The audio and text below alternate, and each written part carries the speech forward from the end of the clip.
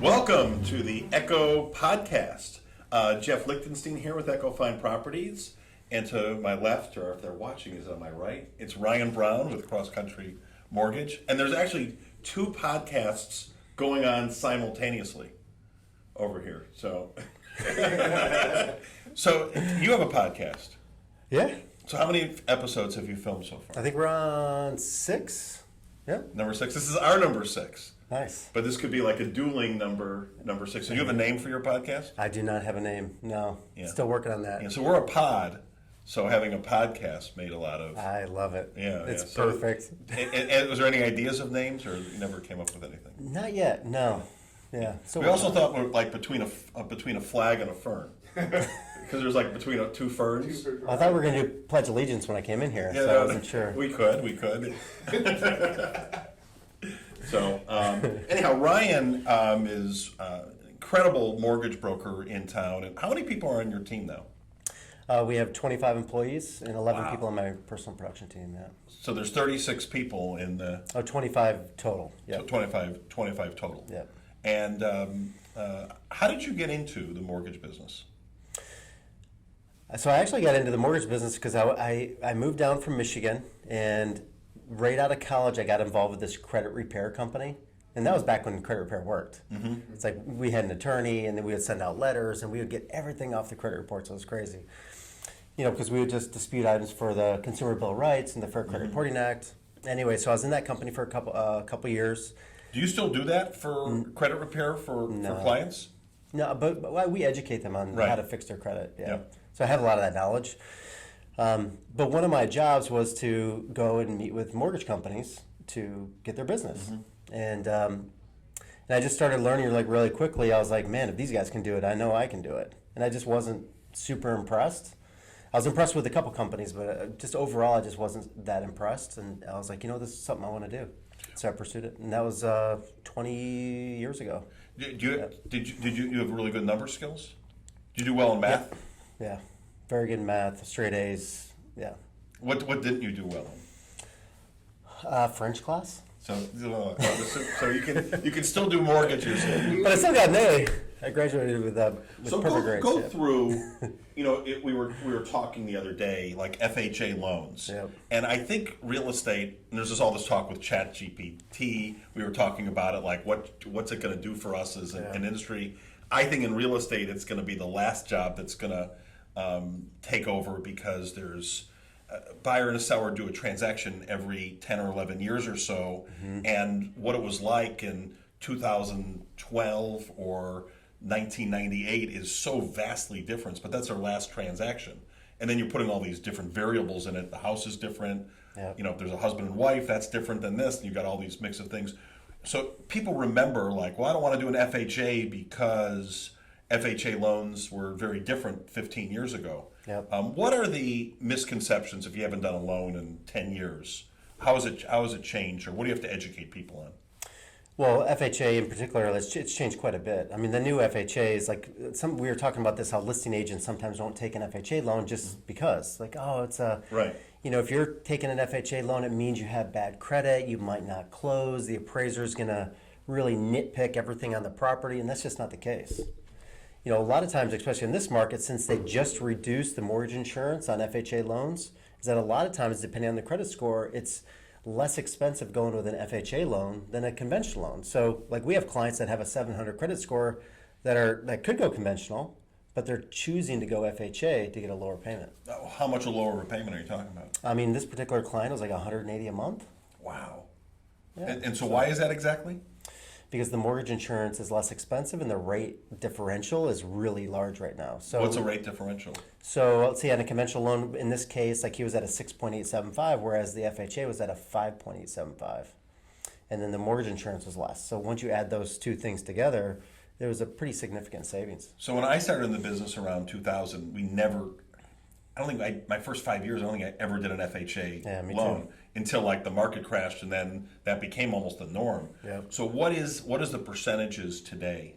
And with the new changes, what will the percentages be, you think, with FHA? I mean, right now we're between like 20 to 25% FHA of total production. So we do a lot of conventional, a lot of jumbo lending, a lot of non-QM lending. But I would guess that FHA would be increasing probably to closer to 35% for our personal production, just because the area that we live in. Because on the FHA, So nationwide, is it going to be a lot larger than that? yeah, probably, yeah. So you could be looking at 50% plus. Could be. Depending on what area of the country you're in. Yep. When you get a new client on the phone and they're ready to buy a house, and the first thing you should do is get a pre-approval. Yeah. What do you have to educate them on? Like, what are you have 5 things that you're, 1, 2, 3, 4, I've got to get across to somebody to train them? For the client, yeah. I mean, the very first thing that we do when we talk to a client is we tell them what the process, like what is the process to get pre-approved? Because that's really. So what is the process? It's really simple. I'm glad you asked. So no, That's called a setup. Segue, yeah. No, it's very simple. So like when a client calls in or when a client's referred to us, the first thing that we do is say, we edify the agent that referred the client over, and then we tell them about the next step. So the first step is we have to get some basic information over the phone. Usually takes 5 to 10 minutes. Stuff you remember off the top of your head. Easy stuff. Then we're going to send you an email. Favorite color and. Favorite color, yep. Shoe size, all the important things. Mm-hmm. And then we'll, at that point, we'll send them over an email with a list of the items that we would need from them. So self-employed, 2 years tax returns, employed, typically just W-2s and pay stubs. And then we schedule a consultation. So once we get the documents in, we review it. On our team, we have an underwriter up front that reviews everything before I actually do a consultation. So when I go into a consultation, I have all docs. Everything's been reviewed by an underwriter and signed off on. And then the call with the client is I'm talking to them about their monthly payment objectives and what are their overall goals. So if they're looking to get, are they looking to get a certain monthly payment? Are they looking to get in a certain property? Do they have a certain cash out of pocket, goal? Like, hey, listen, I only have 20 grand, or I only have 100 grand, or I need my payment at 3,000, or I need my payment at 4,000. Everybody's different. So what we try to do is just do more of a discovery call to say, listen, where do you want your payment to be? What is important to you? And then from there we structure the loan, whether that's FHA, conventional, VA. But to go back, part of the reason for the pre-approval is as a buyer's agent, when we're looking at it from our perspective, we're competing with cash offers, especially a lot of that's in South Florida, and you can get loans done within 10 days, correct? Yep. So when you're getting all the information up front, we can go in and get rid of that contingency for the seller's perspective in 10 days, and you can basically compete with a cash offer because they're both going to have that. They're going to both want their out in that 17-day period in the inspection. Exactly. Process. Yep. Yeah. So that's really the biggest difference, I think, is a lot of lenders or loan officers. What they'll do is they'll talk to a client, get information over the phone, pull a credit. Yeah, it looks good. You qualify for X, and they'll send out a pre-approval letter for $500,000. But the problem is that you didn't validate the information that they gave you. Like, you didn't look at their pay stubs, you didn't look at their tax returns, you didn't look at their bank statements, you didn't get their full credit report and go through every single item. You didn't clear gift letters. You didn't go through all the steps that needed to be done. You just issued the pre-approval. That's how all the online banks do it, the major banks. So when you go through, because the clients today go they're online, and everybody wants that instant satisfaction. I'm in trouble with that word. But then you're pushing a button and it says you're approved. Yep. So there's all these national companies, and we have a lot of problems with that. Why does that not work, and why going through a local like yourself in the process? What's the difference in there? There's a lot of difference. I can't tell you how many save-a-deals we get from listing agents that says, hey, listen, they were approved by this online lender, and it's a week before closing, and then they can't close. I just had one where the guy wrote a cash contract. He wrote a cash contract because he was doing a 50% loan to value. Like, he thought, hey, it's not a big deal. Listing agent calls me and says, hey, listen, they're denying the loan. Quicken's denying the loan. We're closing in 1 week. This is actually, I just had a call on this morning. We're closing that today. So we picked up the deal and we got it done within a week. But the issue is... So what are these national companies doing where they're promising something, and why can't they deliver it? Give me the top 3 or 4 reasons. Because they're not getting all the documents and getting it validated up front. Simple as that. So then they're diving into somebody's background and they're missing something in there. So it's... Yeah, so they're getting a basic application. And you got to also remember, the online lenders, these are massive call centers. So, the knowledge base of the loan officer, they're a salesperson, is probably, pretty small. I mean, they're just doing their tasks, and that's what they're doing. So they don't have all the knowledge of, of writing 4,000 loans under their belt. So they're going to take an application, they're going to push out the pre-approval letter because they know it's a numbers game. Well, then the thing is, you have to know your condo associations, your homeowners associations, and then you have all the different personalities in play, from buyer and seller to the different agents. Yeah. And then, when something happens, or you need where there is needed, sometimes you have to pick up the phone and call. You have to call somebody too. Yeah, when there's an issue and something's going on with Quicken, like, what are you going to do? Sit in the call queue for 20 minutes and wait for a manager to pick up the line? I mean, it's just, for us, I mean, Why are those places always, at least a lot of the times, there seems to be a better percentage of the times when somebody's getting a loan with them that there's delays or last second problems? Yeah. Where you don't have that with somebody like yourself? Because I just know for us, we do everything up front. So I employ 2 underwriters on the front end to review files. It's so expensive to do it that way because these are highly skilled, expensive employees. But what it allows us to do is that everything that comes through on the front end is reviewed. So we have 0 fallout. We don't have loans that fall out the day before closing. It doesn't happen. It can happen.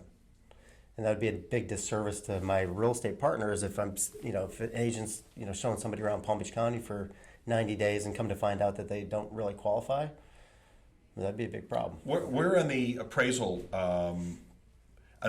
process. What is how do you handle that? So for appraisals, we employ a private panel for our appraisals. So I've been working with the same 4 people for the last 10 years. So they're the best of the best in Palm Beach County. That's another kind of area where you get hung up on these big banks and larger online lenders, is that what they do is they order through appraisal management companies and they farm it out to the lowest bidder. So if you're getting an appraiser from Miami that's willing to do a report in Mirasol for $200, you kind of get what you pay for. Our appraisers, get paid on the high end. They've been vetted, and they're the best of the best locally, and they all live in the local environment, in the local market.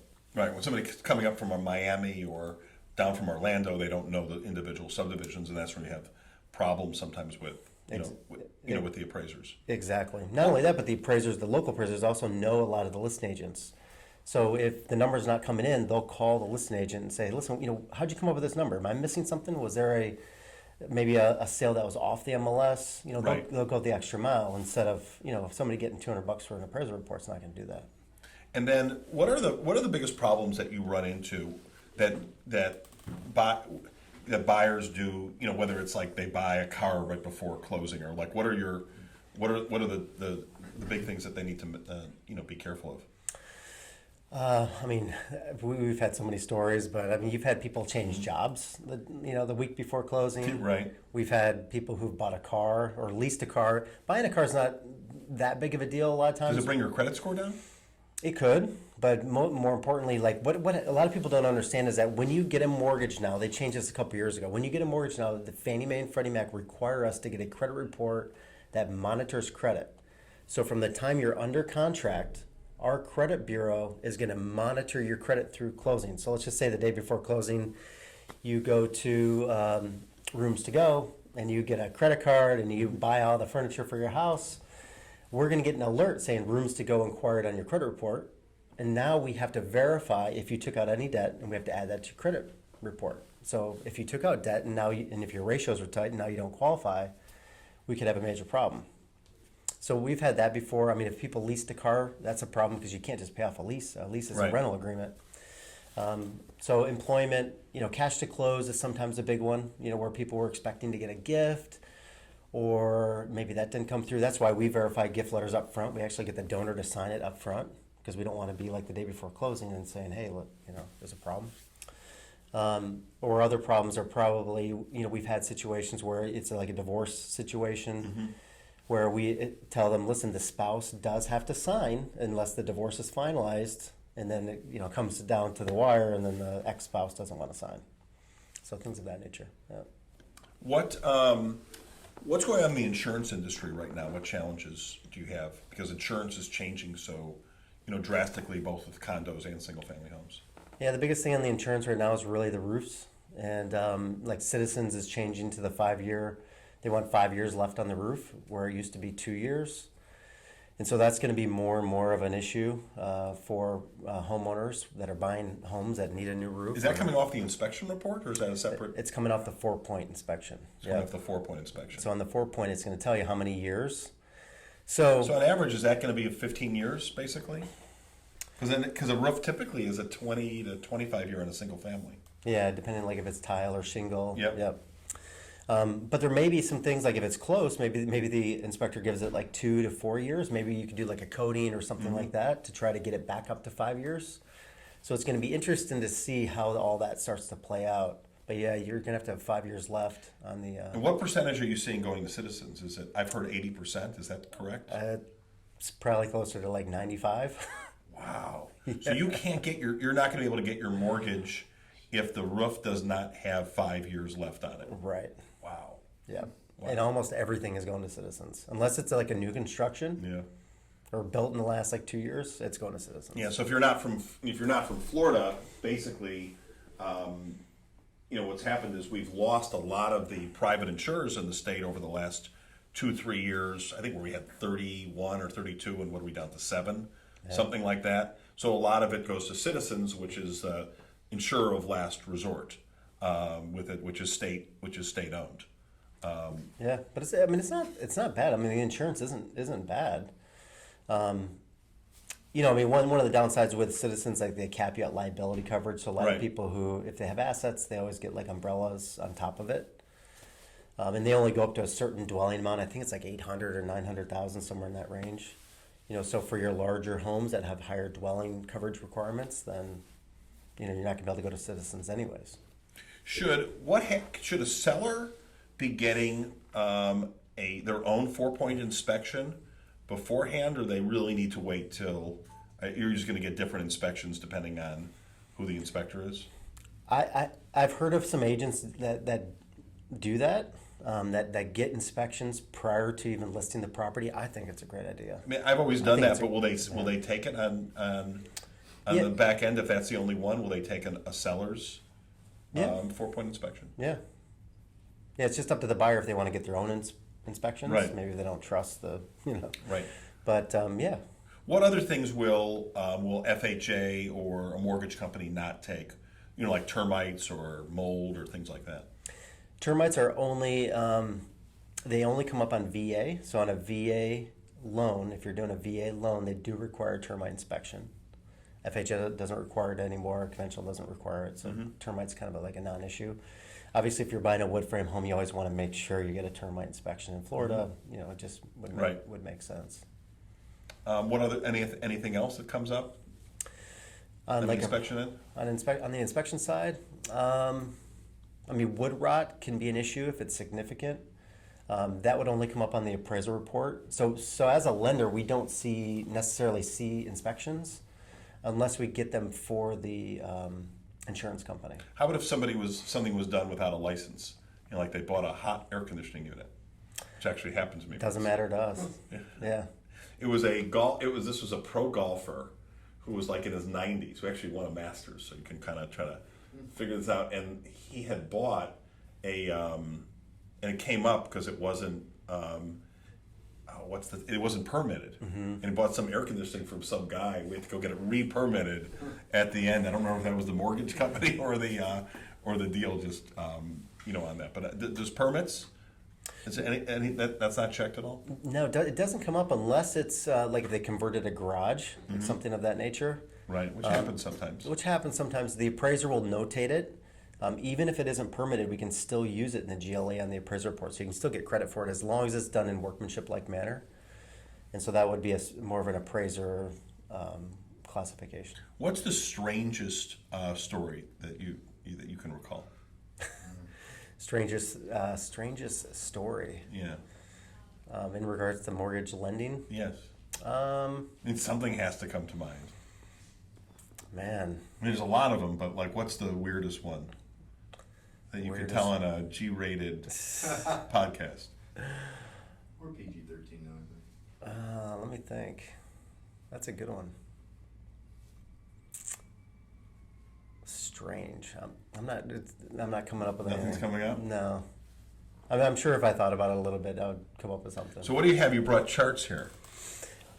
I just brought this because this is like everywhere I'm going. It seems like this is like all over the news. So like everybody's talking about this. You made a chart for it. So there is a chart. I didn't make the chart, but Okay. I printed it just in case it Okay. came up in conversation. But one of the things that's on the news right now is all about these loan level price adjustments. But I mean, what's kind of being portrayed on the news is the current administration is raising rates on higher credit score borrowers, and they're lowering rates on lower credit score borrowers. So anytime you look at the headlines, you can't really look at the headlines. You have to. I mean, as a lender, it's like, okay, Right. what's really happening? And I mean, it's not as really of a big deal. I think as So people. is the green good? The green is good. And then the orange and red is bad, right? The green is good, orange is red is not so good. Uh-huh. But basically the way interest rates work is it, Should we show the chart, Rob? yeah. Hold it up. So the viewers can see the chart. Show it to that camera right there. You got a good visual on the chart? So you can see the green. The green is good, red is bad. Not so good. So green is good, red is not so good. Yeah. But basically the way loans work, this is for conventional loans, but basically the way loans work is if you have a higher credit score, you get a better rate. If you get a lower credit score, you either get a higher rate, or higher fees because it's adjusted for risk. That's it. That's all it's about. So basically what they did is they made it so if you have a lower credit score, the fees aren't as high. The fees are still there. They just aren't as high. But what they did to subsidize for that, they raised the interest rates or the points on credit score borrowers. You can see here from like 720 to like 780. So if you have a good credit score, you now are paying a little bit more points. So are you for- subsidizing something basically for people who don't have as much of a credit score? So this is the government hard at work subsidizing lower credit scores for higher credit scores. So now, like if you have, as an example, like a 720 and you're doing 20% down, you have to pay 3/4 of a point more than you would have after May 1st of this year to prior to May 1st. So the points are going up. So your one-time cost at closing when you close on a house is going to go up. But if you have a lower credit score, these fees used to be like super high. So like if you had a 620 credit score, even at like 20% down, like the fees would be just crazy high. So they just lowered those, to make it easier for lower credit score borrowers to get a decent rate or not have to pay like so much in cost. But you have a lot of people that are really upset right now because they've been working really hard to maintain their really high credit score. So are they going to FHA or these costs still exist with FHA? No, these are just for conventional loans. Okay. Just for conventional loans. Yep. So anyway, that's kind of like the big talk of the town right now, and like people are going crazy. I don't think it's that big of a deal, but yeah, I mean, if you have somebody that's really been paying their bills and paid off all their debt to get us a 740 score, and now his rate's going up a little bit, you can understandably see why he'd be a little bit upset. So these are supposed to go into effect May 1st. There is a lot of pushback from the mortgage industry and the Mortgage Bankers Association, other industry groups. So who knows if it ends up getting implemented or not, but that's kind of the talk of the town right now. Do you have a good lobbyist? I don't, no. Who is the mortgage lobbyist? It'd be the Mortgage Bankers Association. Yeah.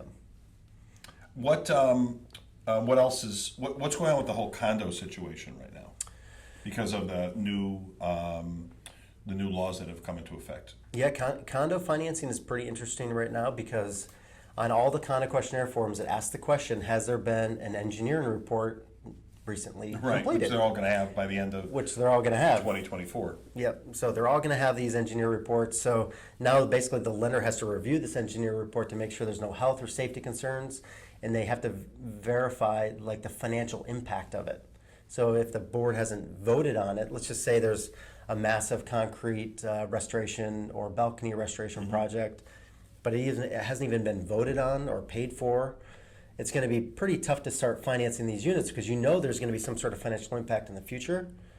But so how do we finance somebody and put them into this condo if there's going to be a $100,000 assessment? We know that's coming down the pipe 6 months So from now. if you're buying a condo right now, what do you need to be aware of if the building's 25 years or more and they haven't had their structural engineer report yet? I would ask the property manager if they've had an engineering inspection done. And they say no, then what? If they say no, I would hire just a good inspector to make sure the unit looks good, and I would look at the the condo financials, and if you're getting financing, the lender's going to do a lot of this work. Are you having a lot more? Are you having a lot more lenders right now that are turning down because they don't have the structural engineer study? No, no. It's more if they've had the engineering study done and it's not been complete, or if it has like health or safety issues on it. Okay. That's really the issue. I mean, if it's just little stuff, it's not a big deal. What percentage of the condos out there in the past, or 3 years ago, let's say, or even today, are you able to get are qualify for a loan? I would say the majority of them. So you have two types of qualifications. You have a full review qualification where somebody can go up to like 3% down, and then you have limited review, which is like 25% down on a primary residence. So those are like your two types of reviews. So on full reviews, you're probably like 50 to 60% of the buildings. Limited reviews, that probably takes you up to about 95%. And the other ones that aren't financeable are probably ones that are either in current litigation for structural issues or have other engineering problems. So what percentage are just not financeable at all? And then what percentage are not financeable and are limited, would you guess? Not financeable, I would say less than 5%, Okay. probably. And then non-financeable and limited, you're probably maybe like 30% total. So I think the biggest thing that's going to come out of this. So to go back and explain it, some more. If you're watching this, is that as a result of Surfside, you didn't have that type of tragedy happen again. There's a lot of regulation. In this case, this is good regulation that's going on where every building, if it's 25 years or older and it's 3 miles of the coastline, has to have a structural engineer that's licensed in Florida do a whole structural study of the building. If it's more than 3 miles out, then it's 30 years. And then in addition to that, when they come up with what's wrong with the building, then you've got to also, and what that's going to cost, then there's got to be a study on the reserves to make sure that there's enough study, and it's going to give really great information to a buyer and to a mortgage broker as well of really what you're buying, and you can predict out costs and also make sure the health of it is. But I would think at the end of this that you're going to have if you're at 35 or 60% are getting approved, I think you're going to go to 100 because there's going to be 100% certainty of what you're doing, and then it's every 10 years after the study's done that they have to redo it. So it's really going to give wonderful certainty in there. But I think you're going to have a lot more people qualifying for condos. I agree. And it should, if you go out a year and a half from today, my guess is that the prices in the condo area is going to go up. Because there's probably people who don't buy condos and instead are settling for a townhouse, for example, that are going to flip and go to the condo because they don't know what their costs are. Yeah, I mean, the biggest issue for a long period of time was like a lot of these condos didn't have reserves. Like they just voted for partial reserves, or they didn't have reserves at all. So the homeowners would just pay as things came up. They would just pay through assessments. But when you do that, like if anybody goes to finance that building, you have to do 25 to 30% down. So now that a lot of these condos are going to get their reserve studies done, which is going to probably force them to have full reserves, or when you finance, if you have a reserve study, you don't even need full reserves. The lender can go off of the reserve study instead of having a 10% requirement for reserves. So if all the condos have reserve studies, then now it's going to make all these condos be able to get financed up to 3% down. Is there been a difference, though, between FHA and conventional with what gets approved in condos? Yeah, so FHA has its own separate approval process, which is a little bit more entailed. So would you usually go to the conventional then for condos? Always. So that's gonna change with the studies? No, I mean more. Because you think it would if you know what the certainty is. Yeah, more FHAs, but FHA has some nuance to it as well. Like they don't like first right of refusal, which a lot of the condos down here have first right of refusal. So there's issues within there's other issues that FHA has outside of just reserves and engineering and all that. But it's going to make it so a lot more condos are able to get financed. Right, and then those laws may switch then once this happens too, and FHA starts to look at it a little bit more. So how your grandpa passed away a few years ago, and what was your grandpa's name? Vincent. And how old was Grandpa Vincent when he died? 105 years old.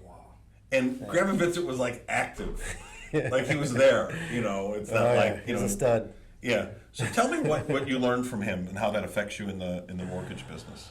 Oh man, I mean, that's the man right there. No, I learned so much from my grandfather. But one of the things that, I mean, I always tell the story. One of the great things about my grandfather that I learned from is just not just family, because he's just such a family man. But I always tell the story of his house that he built, and he built his house in 1947, something like that. And he built it, and his dad lost everything in the Great Depression. Like, they lost everything. And so when he just finished dental school, he just started his practice, and so he bought his house. He literally paid it off in 2 years. He bought it for $15,000. And fast forward, you look at his life, and he literally stayed in that house for, I mean, what would it be, 70 plus years. But That's crazy. In that house, you look at all the memories. So that was his house. That he stayed in the whole house his whole life. His whole life. Yeah. His whole life. Yep. But you think about all the memories that you have in your home. All the celebrations. When he went to war and he was he a came dentist? back. He was a dentist. Yeah. Yep. And he went to 2 wars. He was a World War II vet. Did he work on your feet? Your teeth? My teeth, yes, he did. Yeah. Yep. Not your feet. No, not my feet, but my teeth. Yeah. Yep. Yeah. So I remember it's funny. I remember as kids, when he retired, he took his dental chair and he moved it to the basement. So when we would come up for Christmas, we lived maybe 3 hours away. So we'd come up for Christmas, and we knew that Grandpa would be looking at our teeth. Yeah. Did he teach you how to floss and everything? Yeah, but the problem is, if you had a cavity, which I was the only kid out of 10 kids. Do you have any cavities? Yeah, I had cavities. I have no cavities. Really? Yeah. I just went to the dentist, so I've never had a cavity. You have one? Just one. Yeah. Randy, you have cavities? I've had cavities, yeah. How many cavities you have? I don't know. I haven't been to the dentist in a while, but I have had them. How long have you not been to the dentist? It's probably been about a year. Okay. So yeah, no, I need to check them. It's funny because the dentist I went to growing up, my mom hates Novocaine. So whenever I had to get a cavity filled, the dentist would not use Novocaine. Yeah. Because he's like, if your mom can handle it, you can handle it. Be a man. And I'll just be like, but I want it. And he's like, I don't care. It'll be fine. I was like, dang it. Any cavities? Never. Never. Yeah. See, that's And crazy. as you get older, that's what the dentist told me this time. They're just there. You shouldn't get many more cavities, if at all. Really? Yeah. Yeah, as a kid, I had cavities, and my grandfather did not use Novocaine. So I remember use Novocaine. No, I remember holding on to my father's hand, just screaming and Why crying. did you use Novocaine? Because he wanted me to learn what it feels like not to have low Novocaine, I Brush guess. your teeth, kid. Yeah. It'll make you learn really quick. Yeah. Yeah. Yeah. Toughen up. Toughen up, son. How old are your kids now? 8-year-old daughter and a 5-year-old son. Yeah. Yeah. That's a great age. Yeah, so much fun. Yeah. Yeah, it's such a blessing. Yeah. Anything else we should talk about? What does Ryan do in his spare time when he's not working the mortgage industry? What do you like to do? Oh Three man, hobbies. I love CrossFit, so I'm a CrossFitter, and I love training Muay Thai fighting. I remember seeing the post 5 a.m. in the morning. There's guys over his house training. I'm like, that's Yeah, awesome. That's what's there's up. nothing better than hand-to-hand combat. It relieves that stress of the week and That's everything, right. I guess, right? Yeah. Rolling around on the mat. Yeah. Go get some teeth work, dental work done without Novocaine, You and then. didn't tell Ryan about the painting behind you yet. Who created that painting? Behind You know, my dad created the painting here. He wanted me to tell that every episode. Cary, that's for you at the 34-minute mark for you, Cary. Yeah. That's Cary's painting there. That's beautiful. Yeah. He has so much talent. Well, he's done all. There's paintings all The throughout the entire artwork throughout office. the office Yeah. is incredible. He turned Incredible. He turned 64 and had a number. He had to give up golf. He had a number of back surgeries, and that was it. And then all of a sudden he said, "Oh, I'm going to paint." I'm like, "What? Where did that come from?" And then he just started to. He just started painting, and he got into that, and then he got into real estate. But it's a really good lesson too. I was watching yesterday. You know who Richard Lewis is? Comedian. He's on Curb Your Enthusiasm. Yeah. And he wasn't on last season, but they just filmed the 12th season. So Richard Lewis came out with a little thing. It was on Twitter, and he said, "If you've been wondering, people ask me where I've been in the last 3 years." He goes, "I had all these health issues, and I've been through 4 different surgeries, and I had already decided to give up stand-up, but I'm doing this and this, and I'm writing. I think you just have to reinvent yourself all the time. These are, painting is a good lesson because a lot of people get very depressed when they retire or they give up or they can't do a hobby, and we have a lot of older people here. Yeah. But that's a good lesson I've learned from my dad is look for the next thing when you can't do something else. 100%. Or in life. And is he still painting? He really isn't. He's doing now. He just showed it to me the other day. He's remodeled a house in Admiral's Cove where he lives, and he'll do a project or 2 a year. But he's very talented at opening it up and picking materials, and just from a lot of it from his own sense and been in the design business forever, in the textile business. Yeah. But he's really good at it in there. So you can change throughout and have a lot of different careers and do different things throughout your life. It's like we were talking about the Chat GPT. It's is that going to take away something? And I think you always got to change what you do and stick with when technology comes out, embrace it and find the next thing Exactly. to do. What did your grandpa do when he retired? He did a lot of fishing, hunting, fishing, That traveling. works too. Yeah, traveling with my grandmother. They were married 67 years.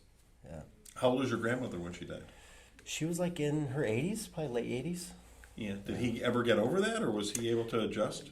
It was very hard. I mean, I remember going up there when she passed away, and I've never seen anybody as devastated as that. I mean, it took probably 3-4 years for him to, even until a couple years before he passed away, I remember having a conversation with him, and we'd talk about grandma, and he would lose it. Like, not just have a tear. I'm like... You live to 105. You're outliving a generation, a lot of times. And just think of the...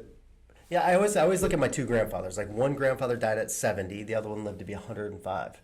35 extra years. Yeah. And really good health until like 103, and then he kind of fell and stuff like that. But like, let's just take 33 extra years. That's amazing if you think about it. Yeah.